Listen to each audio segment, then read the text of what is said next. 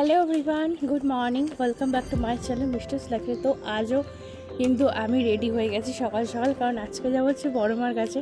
পুরো পরপর আমার একদম সাজানো বড় মা, শ্যামসুন্দরী মা।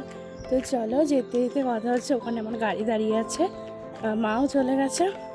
আজকে আমি আর মাই যাচ্ছি, মামের ছুটিটাই বেশি আমার পছন্দ। যাই হোক, তো চলো কথা হচ্ছে যেতে যেতে, কারণ ট্রেনটা কখন মিস হয়ে যায়।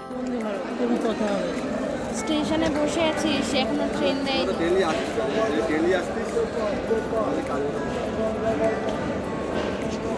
চলে এসছি,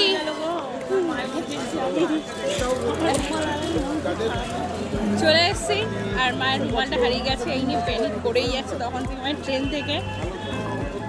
আর কি ভিড়, এসে দেখছি কত লোক, দোকানপাট সব। আমরা এখন আসি তখন দোকানপাট খোলে না, যখন যাই তখন দোকান। মায়ের কাছে চলে এসেছি, আর বেশি লাইন নেই, অল্পই আছে। আর ওই দিকটা পুরো খাবারের লাইন আছে। আজকে ভোগ খাওয়ানো, হ্যাঁ ভোগ খাওয়ানো আছে আজকে বুধবার, সেই জন্য পুজোটা দিয়ে নিই।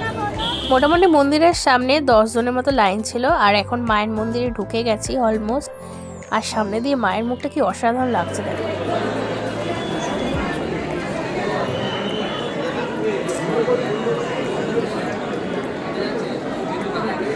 যদি আমার মা ক্লান্ত হয়ে গেছে, এই জন্য থেবড়ে এখানে বসে পড়েছে।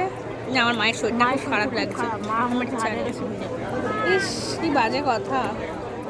পুজো দিয়ে ট্রেনে উঠে গেছি। আসার সময় প্রচণ্ড ক্লান্ত লাগে, যেতে ভালো লাগে, আমার আসার সময় একদম ভালো লাগে না, এত ক্লান্ত লাগে।